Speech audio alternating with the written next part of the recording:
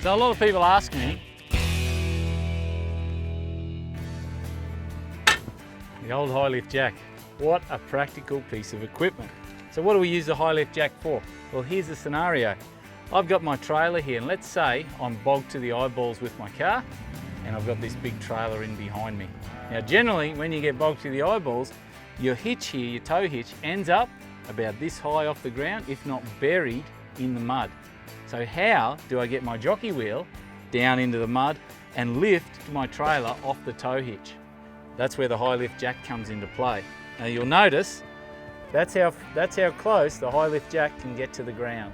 And with a little bit of shovel work, you could pretty much get the Highlift Jack underneath if the drawbar was level with the ground, even underneath.